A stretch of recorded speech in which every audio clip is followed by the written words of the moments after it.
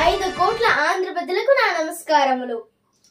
ఈ రోజు మన నరాల్లో తెలుగు వాడిని వేడిని ప్రపంచ నలుమూలలా తెలుగు వాడి పౌరుషాన్ని చాటి చెప్పి తెలుగు వాడి ఆత్మ గౌరవాన్ని బలపరిచిన విశ్వవిఖ్యాత నట సార్వభౌమ స్వర్గీయ శ్రీ నందమూరి తారక రామునిపై అభిమానంతో ఆయన స్థాపించిన తెలుగుదేశం పార్టీపై గుండెల నిండా నమ్మకంతో ధైర్యం నింపుకున్న తెలుగింటి ఆడపడుచులకు అన్నదమ్ముళ్లకు నా హృదయపూర్వక నమస్కారములు.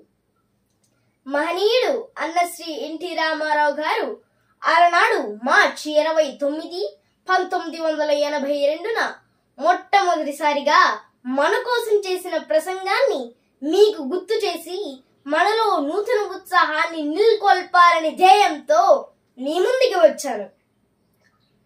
తెలుగు జనతకు వందనం, తెలుగు యువతకు అభివందనం, తెలుగు మమతకు అభివాదనం, తెలుగు జాతికి శుభాభివందనం.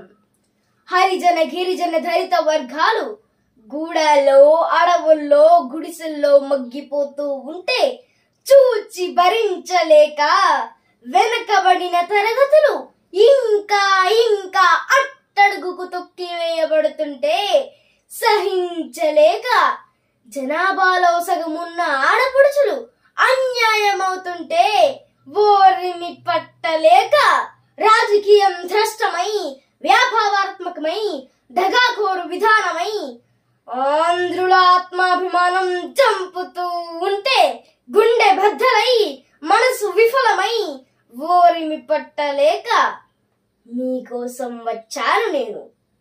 ఈ తెలుగుదేశం శ్రామికుడి చెమటల్లోంచి పుట్టింది, కార్మికులు కరిగిన ఖండంలోంచి పుట్టింది, రైతు కూలీల రక్తంలోంచి పుట్టింది, రైతు కూలీల రక్తంలోంచి నిరుపేదల కన్నీటిలోంచి కష్టజీవుల కంటి మంటల్లోంచి అన్నాచుల ఆక్రందలలోంచి పుట్టింది తెలుగుదేశం.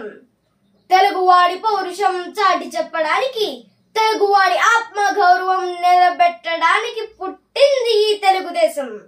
సైకిల్ గుర్తుపై ఓటు వేసి అత్యున్నత మెజారిటీతో గెలిపించి ఆంధ్రప్రదేశ్ అభ్యున్నతిలో మీరందరూ భాగస్వాములవుతారని నమ్ముతూ జై తెలుగుదేశం. నమస్తే.